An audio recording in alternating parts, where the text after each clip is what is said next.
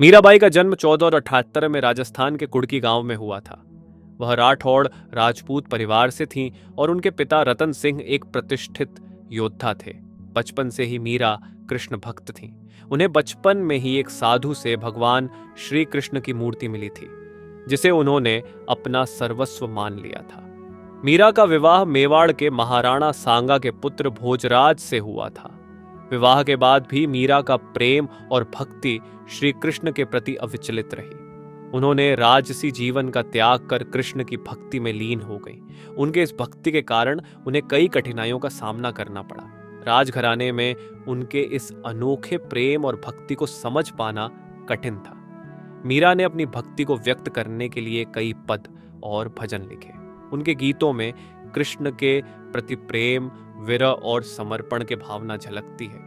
मीरा का मानना था कि भगवान श्री कृष्ण ही उनके सच्चे पति हैं और वे उन्हीं के लिए समर्पित हैं। उनके भजनों में यह भाव स्पष्ट रूप से झलकता है। पायो जी मैंने राम रत्न धन पायो, वस्तु अमोलक दी मेरे सतगुरु कृपा कर अपनायो। जन्म जन्म की पूंजी पाई जग में सभी खवाइयो, खर्च न कोई चोर न लूटे दिन दिन बढ़त सवाइयो। मीरा को उनकी भक्ति के कारण कई प्रकार की कठिनाइयों का सामना करना पड़ा। राजघराने में उनकी भक्ति को संदेह की दृष्टि से देखा जाने लगा। कई बार उन्हें विष देने का प्रयास किया गया, लेकिन हर बार भगवान श्री कृष्ण ने उनकी रक्षा की। मीरा की भक्ति और समर्पण ने उन्हें इन सभी कठिनाइयों से उबार लिया। राजमहल में बढ़ती कठिनाइयों के कारण मीरा ने मेवाड़ छोड़ दिया और वृंदावन चली गई। वहां उन्होंने कई वर्षों तक साधुओं के साथ मिलकर भक्ति की और कृष्ण के प्रति अपने प्रेम को और गहरा किया। बाद में वे द्वारका चली गईं, जहां उन्होंने अपनी अंतिम यात्रा पूरी की। मीराबाई की कहानी हमें सिखाती है कि सच्चा प्रेम और भक्ति सभी कठिनाइयों पर विजय प्राप्त कर सकते हैं।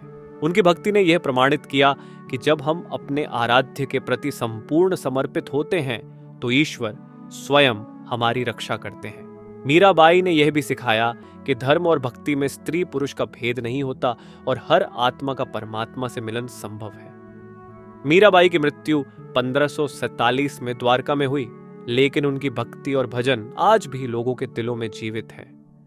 उनके भजनों को गाकर लोग आज भी भक्ति रस में डूब जाते हैं और उनके जीवन से प्रेरणा लेते हैं। मीराबाई की कहानी हमें सिखाती है कि सच्ची भक्ति और प्रेम के रास्ते में आने वाली कठिनाइयों से घबराना नहीं चाहिए, क्योंकि अंततः सत्य और भक्ति की ही विजय होती है। प्रिय दर्शकों, यदि आपको यह कहानी प्रेरणादायक लगी हो तो कृपया हमारे चैनल मोरल लेजेंड्स को सब्सक्राइब करें। हमारे जीवन में आध्यात्मिकता और सच्चाई को फैलाने के इस प्रयास में आपका सहयोग और समर्थन हमारे लिए बहुत महत्वपूर्ण है। इस वीडियो को लाइक करें ताकि और भी लोग इसे देख सकें और इससे प्रेरित हो सकें। इस संदेश को अपने मित्रों और परिवार के साथ साझा करें ताकि हम सब मिलकर एक सशक्त और करुणामय समाज का निर्माण कर सकें। धन्यवाद।